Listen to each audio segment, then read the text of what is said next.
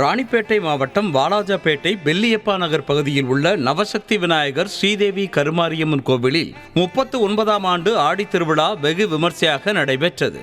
நாட்டு மக்கள் நலமோடு வாழவும் இயற்கை வளம் செழித்து நல்ல மழை பொழிய வேண்டியும் தேவி கருமாரியம்மனுக்கு பூஜைகள் செய்து பெண்கள் வழிபட்டனர்.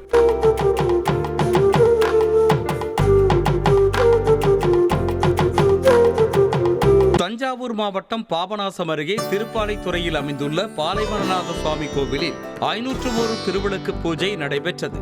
இதில் திரளான பெண்கள் கலந்து கொண்டு குத்துவிளக்கேற்றி பூ, குங்குமம், பழங்கள் உள்ளிட்ட பொருட்களால் பூஜைகள் செய்து தேங்காய் உடைத்து தீபாராதனை காட்டி வழிபட்டனர்.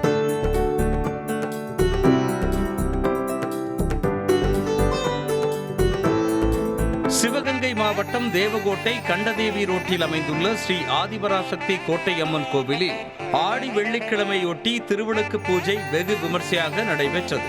முன்னதாக அம்மனுக்கு சிறப்பு அபிஷேகம், அலங்காரம் நடைபெற்று தீப ஆராதனை காண்பிக்கப்பட்டது.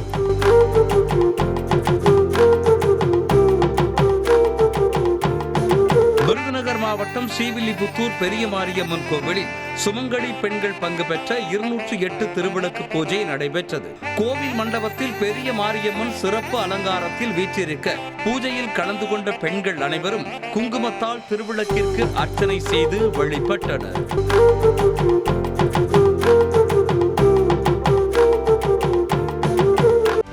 செய்திகளை உடனுக்குடனும் துல்லியமாகவும் தெரிந்து கொள்ள சப்ஸ்கிரைப் பண்ணுங்க.